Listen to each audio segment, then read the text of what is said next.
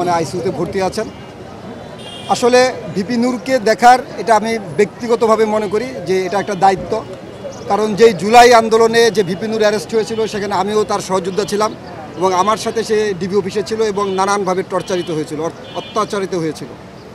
সেই জুলাই যোদ্ধা নূর যখন গতকালকে খুব মারাত্মকভাবে জখম হয় এবং তার যে জখম সেটি আপনারা জানেন কিনা আমি জানি না, তার দেখা গিয়েছে যে তার নেজাল ফ্র্যাকচার এবং তার হেড ইঞ্জুরি আছে এবং গতকালকে তার হেড ইঞ্জুরি সেটা নিউরোসার্জন তারা দেখেছেন যে ব্রেনে যে রক্তক্ষরণ সাবঅ্যারাকনয়েড স্পেসে তার যে ব্লাড জমা হয়েছে সেটি দেখেই তারা কিন্তু তাৎক্ষণিক এই ঢাকা মেডিকেল কলেজের আইসিইউতে ভর্তির জন্য অ্যাডভাইস করেন এবং সেই স্কাল্পে তার যে ফ্র্যাকচার এবং নেজাল ফ্র্যাকচার, তার নাকের যে বোন সেটি ভেঙে গিয়েছে। RICL TMX, যুগের পর যুগ স্থাপনা থাকে মজবুত।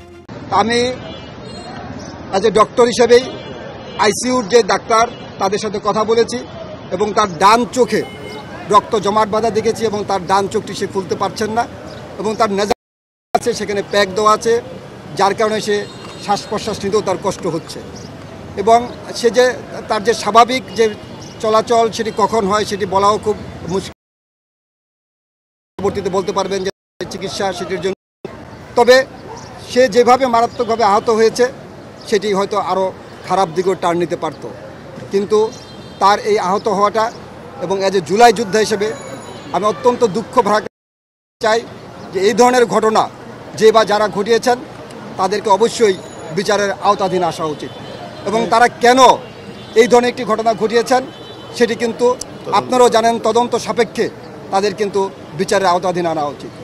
এবং না, এটা পরিকল্পিতভাবে বা কি হয়েছিল ভিপি নূরকে চিনে না, ওইখানে যারা ওইখানে দায়িত্বে ছিলেন তারা সকলেই ভিপি নূরকে চিনেন এবং ভিপি নূরের সাথে ভিপি নূরের ওয়াইফের সাথে আমার কথা হয়েছে, কারণ ভিপি নূর যেদিন অ্যারেস্ট হয়েছিল সেই জুলাই আন্দোলনে ওই ভোর রাত্রে তার ওয়াইফের সাথে আমার কথা হয় এবং আমাদের দলের ভারপ্রাপ্ত মহাসচিব আমাদের দলের মহাসচিব তিনি কিন্তু তখন তাৎক্ষণিক সকালবেলা একটি ব্রিফিং করেছিলেন, আপনাদের মনে আছে আমি তাকে ইনফর্ম করেছিলাম।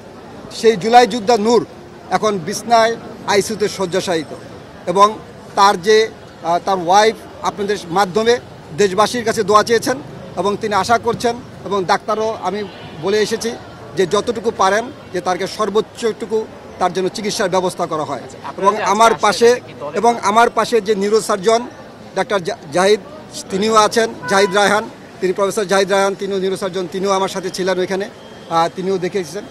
দেখেন, আমি যে দলের স্বাস্থ্য বিষয়ক সম্পাদক হিসেবে এখানে এসেছি, আমি এটা আমার এজ এ ডাক্তার এটা আমার একটা দায়িত্ববোধ থেকে, যেহেতু আমি নিজেও জুলাইতে নুরুর সাথে অ্যারেস্ট হয়েছিলাম এবং আমার মনে হয়েছে যে একটা দায়িত্ব জ্ঞান থেকে এখানে নুরুর পাশে দাঁড়ানো উচিত।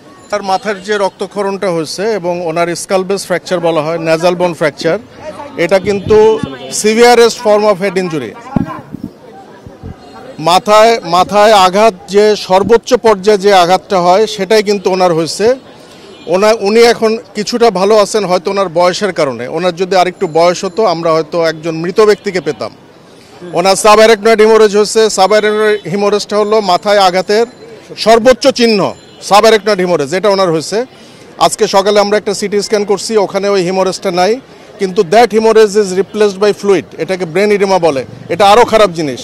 আমরা এখন আল্লাহ করতেছি এই মাথার পানিটা যদি বেড়ে যায় ওনার এই কনশাস লেভেল কিন্তু থাকবে না, তখন আমাদের অন্য ব্যবস্থা নিতে হবে। আরেকটা জিনিস সেটা হলো ওনার রক্তে সোডিয়ামের পরিমাণ কম, যেখানে 135 থেকে 45 থাকে ওনার সোডিয়াম কিন্তু কমে আসছে 121। 121 is a very bad sign for subarachnoid haemorrhage. তো আমরা ভালো মন্দ কিছুই বলতেছি না, আমরা সর্বোচ্চ সার্ভিস উনি এখানে পাচ্ছেন। আমাদের স্বাস্থ্য বিষয়ক সম্পাদক সাহেব আসছেন, এটাকে আরও পটেনশিয়েট করবে। এখানে একটা বোর্ড করা হয়েছে, বোর্ডের মেম্বাররা যথেষ্ট আন্তরিক, ওনার সার্ভিসের ব্যাপারে কোনো সমস্যা নেই। উনি এখনও পর্যন্ত আশঙ্কা মুক্ত, কিন্তু ওনার সোডিয়াম লেভেলটা আমরা কারেকশন না করা পর্যন্ত আমরা আশঙ্কা মুক্ত একদম কনফিডেন্টলি বলতে পারছি না।